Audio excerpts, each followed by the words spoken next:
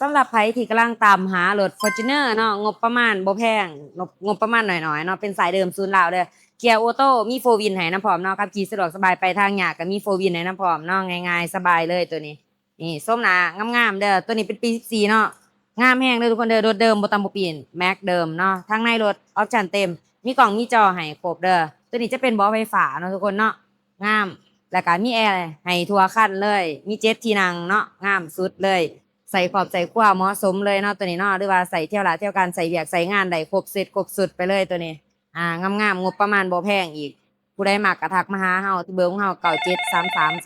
97333679หรือ2ทางแฟนเพจ JN เล่าคารถเล่าของเฮาได้เดี๋ยวประคำดีอยู่จะพาทุกคนรับชมรถนำกันเลยปะJN เล่าคารถเล่ามื้อนี้เอารถ Fortuner เนาะมานำเสนอเดี๋ยวคันนี้จะเป็น E14 เนาะงามๆเลยส้มหนาเท่ๆงามๆงบประมาณน้อยๆเนาะตัวนี้เนาะตาไฟแจ่งๆแจ่มๆเด้อทุกคนเด้อ รถเดิมบ่ตามบ่เปลี่ยนแม็กเดิมมาจากตัวรถมาจากโรงงานเนาะนี่สีสันงามๆเลยตัวนี้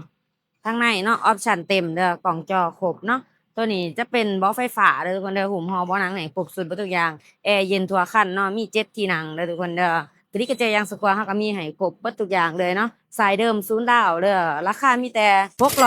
680ล้านกีบเท่านั้นเนาะมาโอ้มาร่วมกันได้จ่ายสดจ่ายผ่อนเป็นเดือนเป็นปีได้เนาะผ่อนได้ทุกสกุลเงินเด้อสำหรับลูกค้าท่านใดที่ต้องการ เอารถมาแลกมาเปลี่ยนมาเทิร์นกับพวกเฮาก็ได้เนาะติดต่อมาหาเฮาที่เบอร์97333679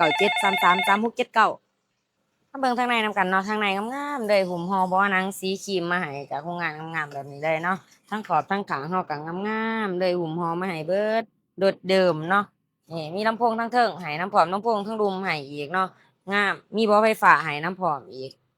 นี่สะดวกสบายสามารถปรับได้8ระดับเลยเด้อทุกคนเด้อ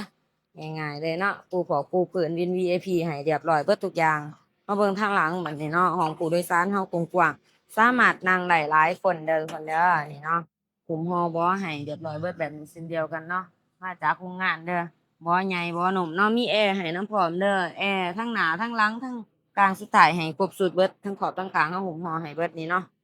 งามๆแบบนี้มาเบิ่งทางหลังกันต่อเลยแบบนี้เนาะ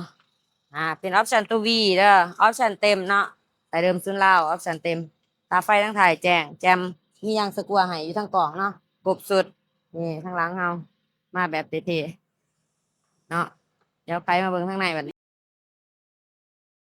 เนาะงามๆมีตังเสาตังเสริมให้บ่ต้องการใส่ก็เอาขึ้นแบบนี้ต้องการใส่ก็เอาลงมาเนาะบ่ตังเสริมก็มีแอร์ให้น้ำพร้อมเย็นทั่วแน่นอนมีไฟให้น้ำพร้อมบ่ต้องย้านมืดเนาะคันเฮาบ่ต้องการใส่เอาขึ้นก็สามารถเก็บเครื่องเก็บของวางเครื่องวางของได้หลายเนาะสะดวกสบายเด้อทุกคนเด้อเดิมรับประกันให้ว่านอกว่านอกทั้งถ่าย บ่เคยตำถ่ายบ่เคยตำหนาครบเสร็จครบสูตรให้แบบนี้พวงมาลัยจะเป็นพวงมาลัยมัลติฟังก์ชันเนาะมีหน้าปัดให้แจ้งๆแจ่มๆแบบนี้เลยงามแฮงเนาะหน้าจอเดิมมาจากตัวรถมาจากโรงงานเลยสามารถสัมผัสได้เนาะหรือว่าจะกดอยู่ข้างนอกนี่ก็ได้เนาะได้ครบสุดเด้อนี่เนาะกดได้เบิดแล้วมีบอลเบิ่งโมงเบิ่งเวลาให้นำพร้อมบอลเบิ่งองศาให้ครบสุดส่องแอร์หันซ้ายหันขวาได้สะดวกสบายทั้งสองข้างเนาะอ่า บอลนี่เฮาจะเป็นระบบแอร์มักเย็นแห้งเย็นคอยเป็นระบบออโต้เด้อระบบแอร์นี่เนาะเฮากดปุ่มออโต้มันจะเสียงแอร์มันจะแห้งขึ้นมาเนาะมันปรับให้แบบออโต้มันเย็นแล้วมันก็คอยหวยลงให้แต่ถ้าหากว่าเฮาบ่ต้องการออโต้เฮาก็ต้องปรับอยู่นี่ปรับขึ้นปรับลงด้วยตัวเองเลยสะดวกสบายเนาะตัวนี้จะเป็นกระแจเด้อทุกคนเด้อเป็นกระแจเนาะมีโฟร์วินให้น้ำพร้อมแล้วก็เป็นเกียร์ออโต้ขับขี่สะดวกสบายบ่เมื่อยแข้งเมื่อยขาไปทางยาก กับบของบ่คาเนาะเพราะว่ามีโฟวินให้น้ำพร้อมเด็กมืออยู่บางนี้เนาะเป็นสายเดิมศูนย์ราวงามๆให้แบบนี้เด้อเดี๋ยวพาเบิ่งของจ้าของเครื่องนำกันเลยจักดีไอเย็นสองรางแหนนบ่หัวบ่ซึ่งบ่เป็นไอบ่เป็นควันแผ่นผอกแผ่นเพจอยู่ครบเบิดเด้อขึ้นไปโอนซื้อได้ทุกแข้งเนาะตัว L มีให้ครบหม้อไฟใหม่ๆแม่มบางนี่เนาะเด็กคัน2คัน4มีให้ครบเบิดนี่ตัว R เฮานี่เดิม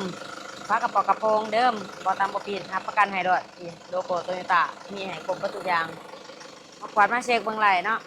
ฝากไว้เต็มเรื่องคันเด้อกับ Fortuner คันนี้เนาะเป็นปี2013เด้อทุกคนเด้อ14เนาะงามๆเลยเอาไปขับไปขี่ได้เลยเนาะราคาบ่แพงอีกทุกคนราคาเต็มมีแต่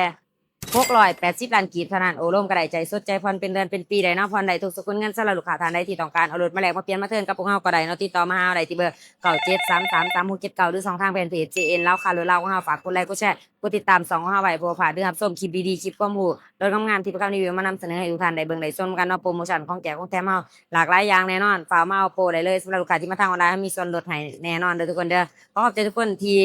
เบิ่งและรับชมคลิปของเฮาและติดตามเฮาไว้ขอขอบใจบ๊ายบาย